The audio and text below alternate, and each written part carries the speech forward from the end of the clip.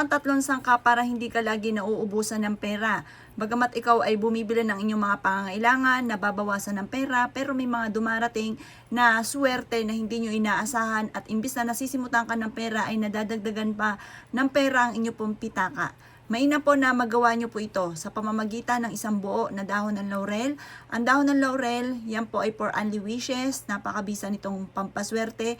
Lalo na kung ikaw po ang laging wini-wish ay tungkol sa pera kasi siya po ay unlimited wishes at siya po ay the victory ang binibigay at hindi lang biro-birong swerte lalo na sa pera. Ang bawang naman mga bossing ko ay nagtataboy ng malas at humahatak po ito ng swerte. At ang gagamitin naman po natin sa pagkakataong ito ay 100 pesos. Ang kulay ng violet for anti-stress para hindi ka lagi nauubusan ng pera. Kaya ang gagamitin natin ay violet. Ngayon pa mga bossing ko, ang gagawin nyo lamang ay kumuha ka ng ziplock.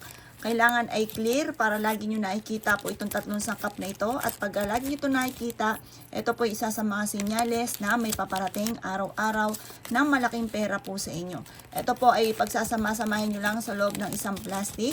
At pagkatapos ay ikaw po isasabayan nyo ng pagwiwish bukod sa inyo pong sipag at tiyaga. Sabihin nyo po sa pamamagitan ng pampaswerteng ito ay hindi na ako maubusan ng pera. Araw-araw na magkakaroon ako ng maraming pera, hindi na ako maubusan ng pera. Paulit-ulitin nyo po ito na hindi ka na maubusan ng pera.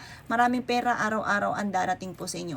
Basta lagi kang positive, maoobserbahan nyo po yan na magsusunod-sunod ang mga blessing na darating at nabibili mo ang mga pangailangan mo plus additional pa, hindi ka lagi naubusan ng pera. Gawin nyo po ito sa araw ng Martes or Biyernes basta't ikaw ay nasa mood at ikay makakapag-wish nang mula sa inyo pong puso at ang dulot nito ay napakaswerte. Kaya kung nais mong lagi kang mapera, ito ang kailangan nyo pong gawin.